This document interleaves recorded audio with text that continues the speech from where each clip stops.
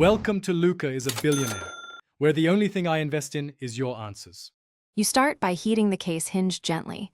The goal is to soften adhesive without warping plastic.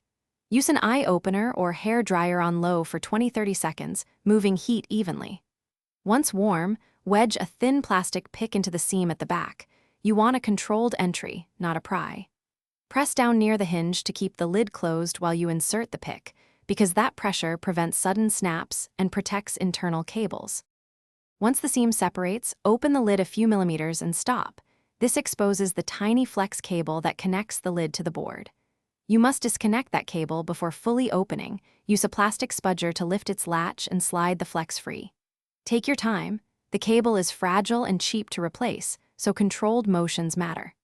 After unplugging, prop the lid at a safe angle using a soft pad so you can work on the charging bay without tension.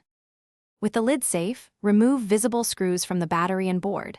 Label them by size and position because mixes cause reassembly trouble.